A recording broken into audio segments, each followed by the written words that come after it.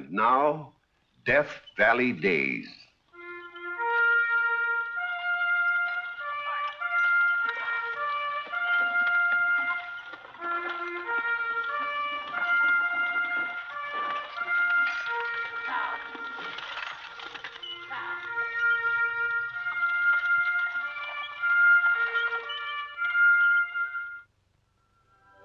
Howdy, folks. I'm the old ranger, and I have another interesting true story for you about the historic Death Valley country. It is the year 1881. More than 30 years have passed since the first cry of gold in California went echoing around the world. But still the stagecoaches rolled, carrying treasure from the mines, no longer in the form of dust, but bars of solid bullion zealously guarded by Wells Fargo. For at every bend in the road lurk bandits who believe that gold is where you find it.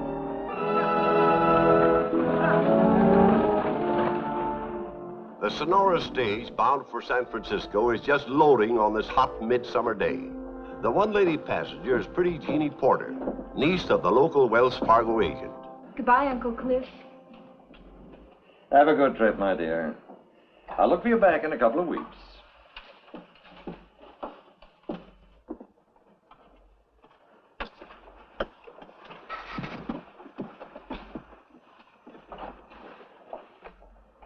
Oh, I'm sorry, sir. This gentleman was about to sit there. That's all right. I'm riding on top.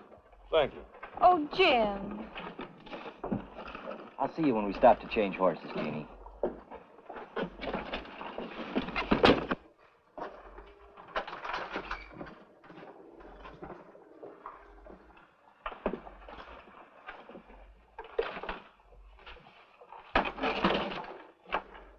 That it? Another box coming. $125,000 in bullion. And Jeannie wonders why I'm riding on top. Well, she knows nothing about it, of course. You thought it would make her nervous? When you've been with Wells Fargo a little longer, you'll realize that the less anybody knows about treasure shipments, the better. That's why I waited until the last minute to put it on. Well, goodbye, sir. Good luck.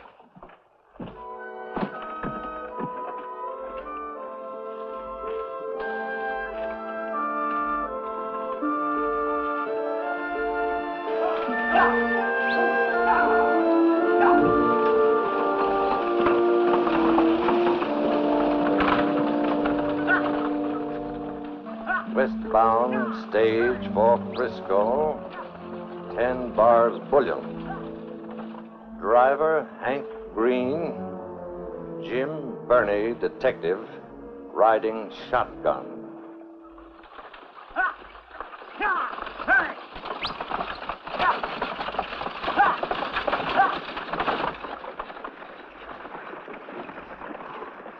It's a hot day. It is August. Would you object if I loosen my collar and tie? I know it's not polite in the company of a lady. No. I've already removed my gloves. I couldn't stand them any longer. Thank you.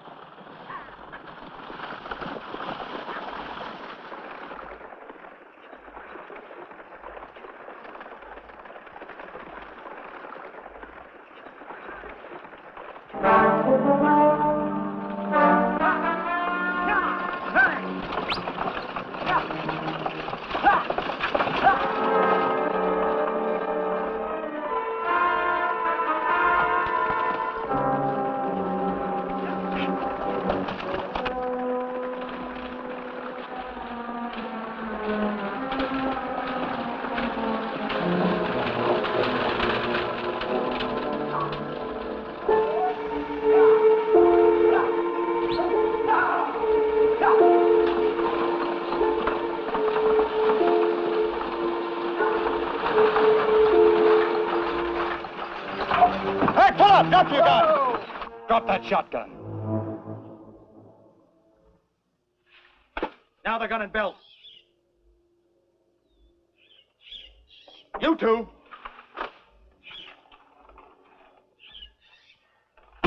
All right, now throw down those boxes.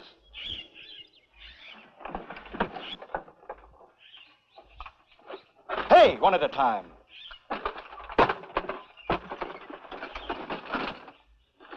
Hey, get back inside. Why, you dirty blackguard!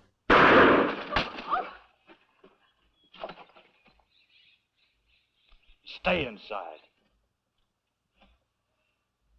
All right, get going. And don't stop.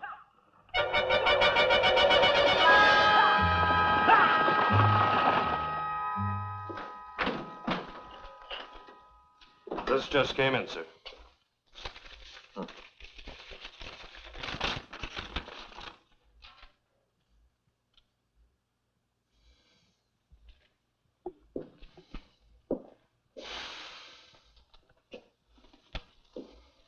Bad news, sir?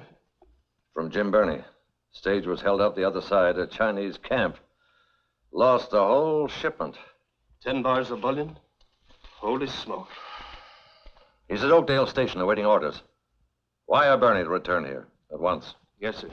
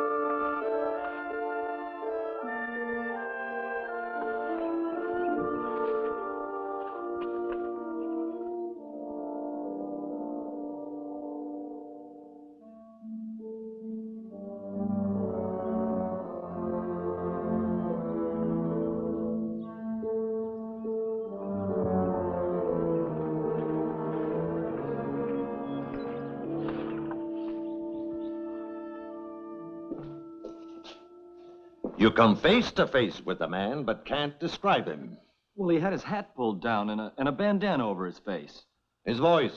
You heard his voice. It was low and harsh, probably disguised. That's a big help. Well, I'm just telling you, sir. Tell me how he got wind of the fact there was treasure aboard, huh?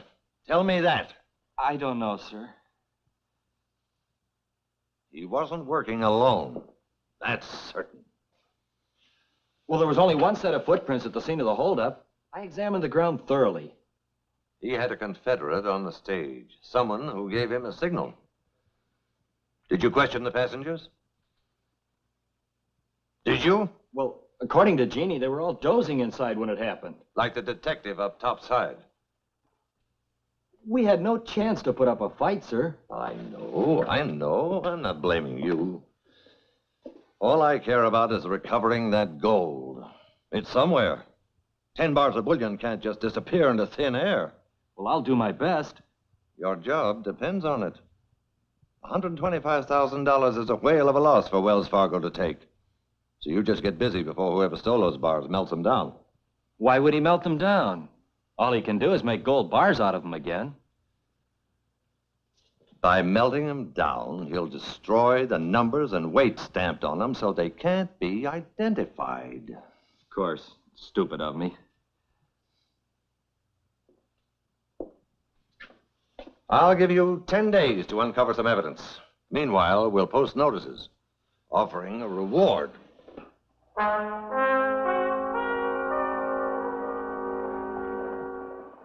I see they have a reward posted. A lot of money.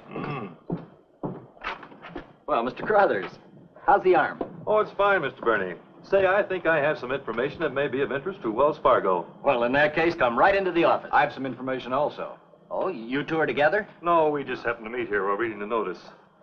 Say, Mr. Burney of Wells Fargo, this is Mr. Barnes, Edward Barnes, mining engineer. Glad to know you, sir.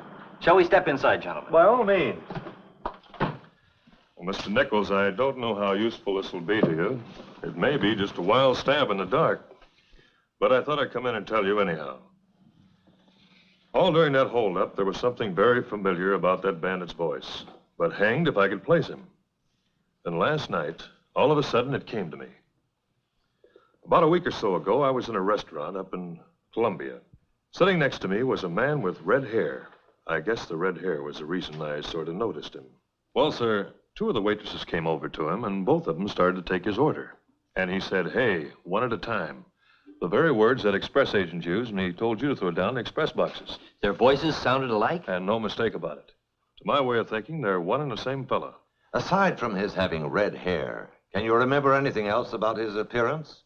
Oh, he looked like any miner. How tall was he? I told you he was sitting down. But he was a husky build. I'd say weighed, 190, 200 pounds. Well, that's about all there is to it. Not much to go on.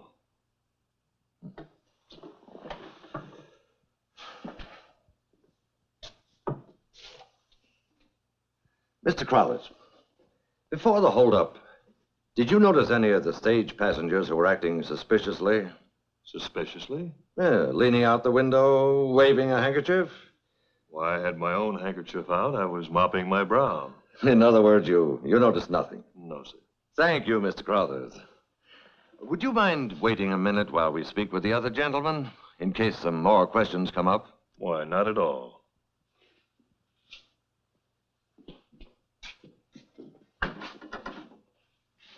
Will you come in, Mr. Barnes? Mr. Nichols, Mr. Barnes. I understand you have some information regarding the Sonora stage robbery. Oh, perhaps not. Anyway, I thought it worth passing on. Worth $5,000, you hope. Well, so do I. What is it? Well, in the afternoon of August 18th, that was the date of the holdup, I was riding along the road, going in the same direction the stage had taken, only some miles behind it. Shortly before I got to the bend of the road, a man came riding toward me at full gallop. His saddlebags were bulging, and he carried a gun. What did he look like? Well, he passed me too quickly to get much of a description, but there's one thing I did notice because his hat had fallen off. He had red hair. Red? A real brick color. Mr. Barnes, could you give us any idea of the size of this man? Well, not with any degree of accuracy. He was riding like the wind. Would you say he was large or small? Oh, on the large side, probably tipped the scales at 200 pounds. What kind of horse was he riding? Oh, that's not important. He could change horses. Thank you, Mr. Barnes. Thank you very much. I'm glad if I've been able to help, sir. Well, you and Mr. Crothers both. Do you want to question me some more? That won't be necessary, Mr. Crothers. Your description of the suspect tallied perfectly with that of Mr. Barnes. Would you leave your addresses, please? San Francisco, general delivery. I'm leaving shortly for Mexico to attend to some mining interests, but mail addressed to me at Chihuahua will reach me. Good.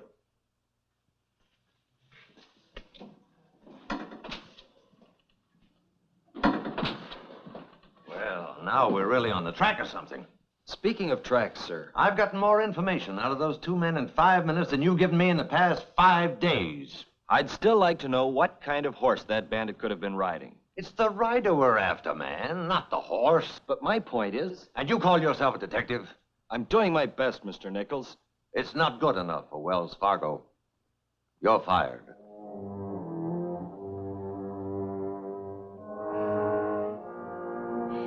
Oh, Jim, how dreadful to have fallen down on your very first assignment. But I didn't.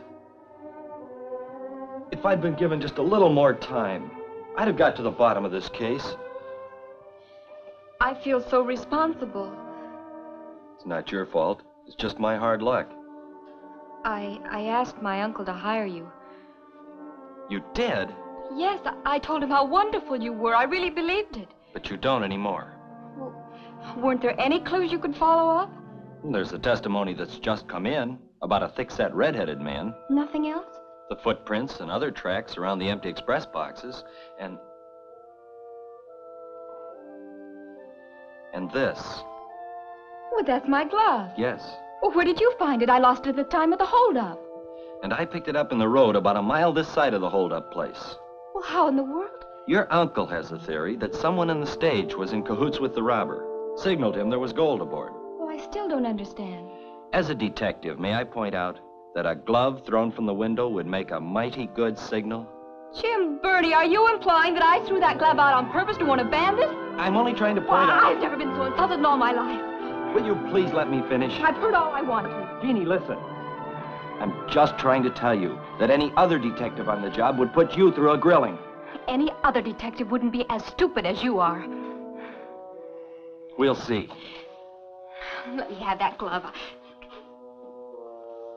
Oh, Jim, where are you going? Away from here. Oh, Jim, I'm sorry. I didn't mean what I said. Oh, please come back. When this case has been solved, and not until then. Goodbye. Jim!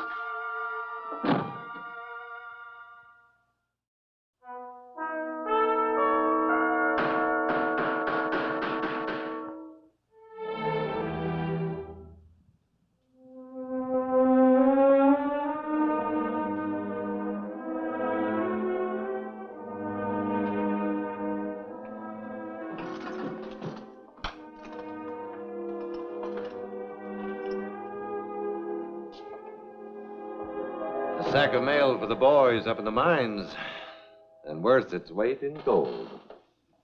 Speaking of gold, Uncle Cliff, We're still as much in the dark as ever.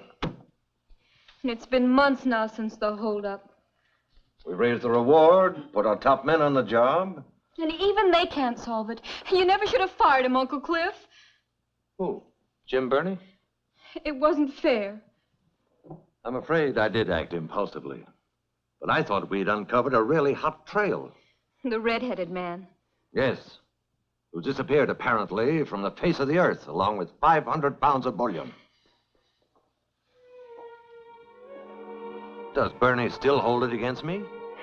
I don't know. I haven't heard from him in all these months. I didn't realize you cared that much about him, Jeannie. If anything's happened to him, I'll never forgive myself. Oh, nothing's happened to him. But it's not like him not to write. I'll tell you what I'll do. I'll send word to all the Wells Fargo offices to keep an eye out for him. If he's anywhere in this country, they'll locate him. Cliff. Tell you the truth, I sort of had that young fellow on my own mind.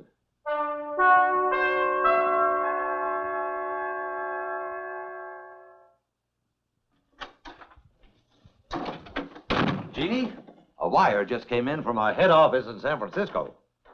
Expect Jim Burney on afternoon stage, Friday. That's all it says. That's enough.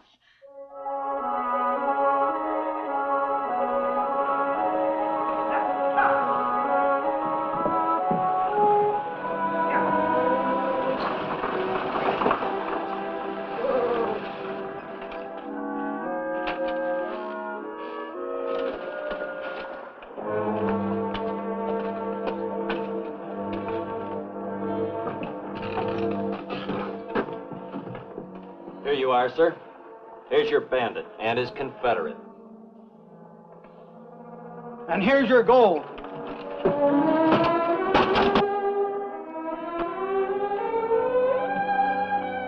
When Mr. Barnes was in here testifying that day last summer, he gave Chihuahua as a forwarding address. Well, that was a darn fool thing to do.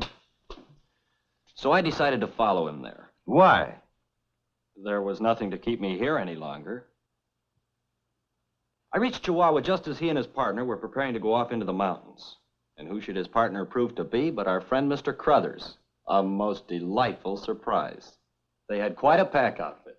Camp supplies, mining tools. All they lacked was a cook. And they managed to line one up the day before they left. A Mexican by the name of Pancho. He was a surly fellow, spoke almost no English. But he could rustle grub, and that was all that mattered. Until one day... Why, you dirty thieving son of a gun. I'll teach you to keep your hands off our gold. What's going on here? This low-life greaser's been helping himself to our dust. No, senor. I caught him at it inside the tent. He had a sack of it right in his hand. And he's going to pay for it with his hide.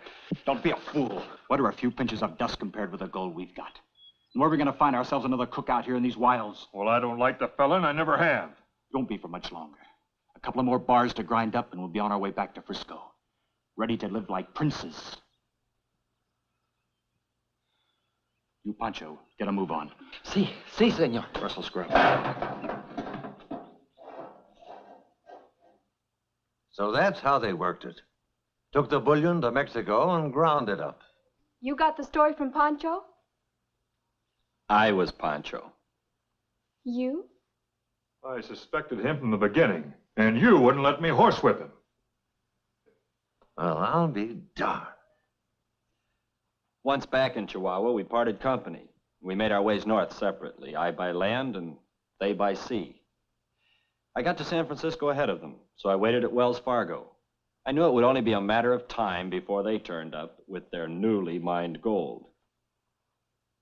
But I didn't think you'd be so stupid as to deposit the whole 6,000 ounces. Almost exactly the amount of the stolen bars. That was a coincidence, and we can prove it in court. I can also prove I have a bona fide gold mine in Mexico. You won't have a leg to stand on in court. Not in the face of Mr. Burney's evidence. He's got no evidence. Oh, sure, he followed us to Chihuahua, all right. Disguised himself like a little boy playing detective. But he never laid eyes on any bars of bullion because there weren't any there. What we ground up, we dug from the mine. That's perfectly true. I never did see any bars of bullion. They were mighty smart about it. Carried on the whole operation somewhere underground. And then he has the nerve to arrest us. We should be suing you for stealing, helping yourself to our dust. Only a few pinches.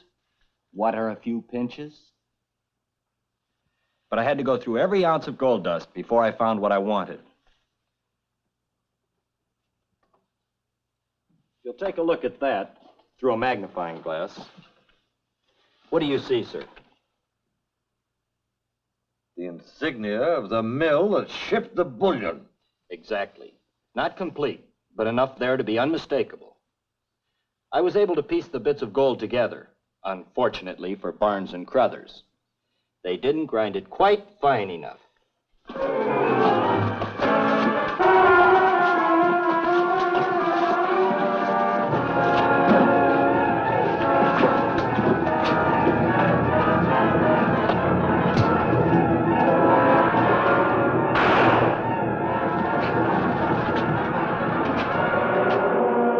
What did you want to do? Add murder to the charges already against you? Take him out and lock him up. Get his wound attended to.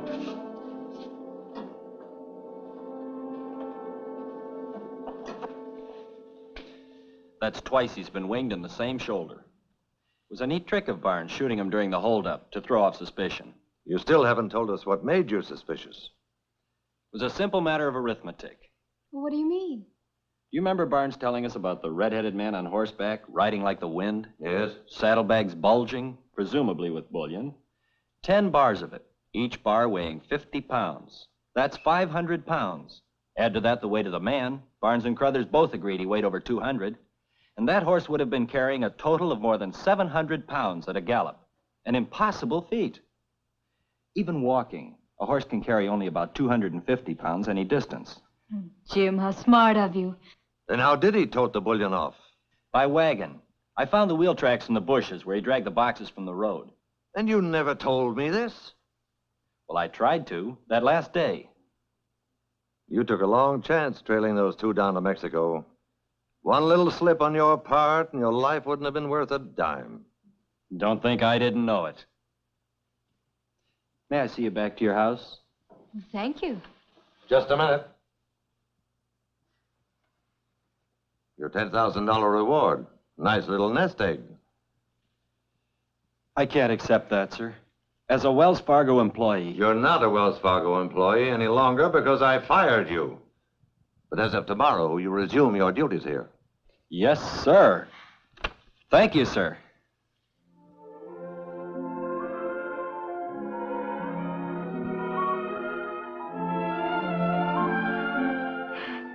Suppose I hadn't taken my gloves off that day on the stage with Crothers. Then he'd have thrown out his own handkerchief as a signal. Your glove gave him a wonderful opportunity to use something that could never be traced to him. And you never told my uncle about it? No, I'm glad. but I kept it. Why? So I'd have something of yours to carry over my heart. Oh, Jim, darling.